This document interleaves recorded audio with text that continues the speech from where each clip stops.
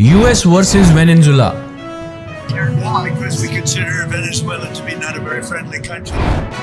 Trump closed Venezuela airspace. Issued warning to avoid skies. But why? Is Trump planning something big against Venezuela? What is the conflict between US and Venezuela? From where it starts? We are breaking down the world's longest running geopolitical standoffs, the tense, often explosive relationship between United States and Venezuela, a conflict that began more than 2 decades ago and is now once again at boiling point. 1999, the beginning, the Chavez shift. The story starts in 1999. Hugo Chavez comes to power with a bold socialist vision and immediately clashes with Washington. Chavez nationalized oil, expelled US companies and accused Washington for meddling. The US, in turn, accuses Venezuela for becoming authoritarian and helping anti-American groups in Latin America. 2002, the major flashpoint.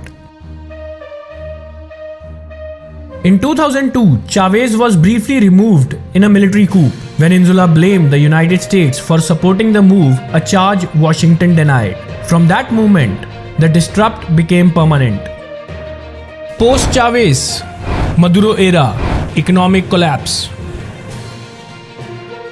After Chavez's death in 2013, Nicolas Maduro took over, but Venezuela plunged into one of the worst economic collapses in modern history. Hyperinflation, food shortages, mass migration, and accusations of election fraud.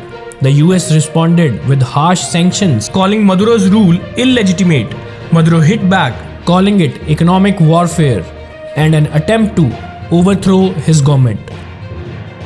2019, dual president crisis.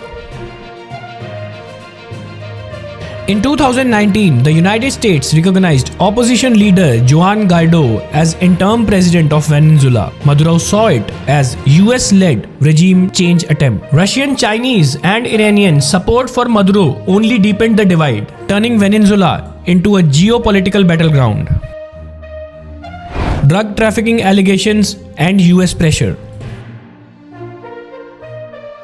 For several years, Washington has accused Venezuela officials for drug trafficking, something Maduro strongly denies. These allegations becomes the justification for sanctions, indictments, and increase of US military presence in the region. The current crisis, Trump versus Maduro. The conflict has reached its most dangerous point yet. The United States has warned of taking strong action against Venezuela. Washington claims that Venezuela authorities are tied to drug smuggling networks. Because we consider Venezuela to be not a very friendly country. They sent millions of people, really, and probably a number in excess of that. And a lot of those people shouldn't be in our country, from jails, from gangs, from drug dealers, from all of the people that came into our country shouldn't have been in our country. Causing a lot of problems. And drugs. The US declared Venezuela's airspace closed, raising fears of military escalations. Amid all this, President Donald Trump and President Maduro recently held a rare phone call, surprising many. I don't want to comment on it. The answer is yes. And can you tell us a little bit No, about I can't do that. Would you say it went well? I would say it went well or badly. But official says the tension remains extremely high. What's really at the heart of the conflict? Oil and energy power, political ideology, socialism versus US interests, accusations of drug trafficking and corruption, regional influence in Latin America, and ultimately, who controls Venezuela's future. From Chavez to Maduro, from sanctions to airspace threats, the US-Venezuela relationship has been on a collision course from more than 20 years.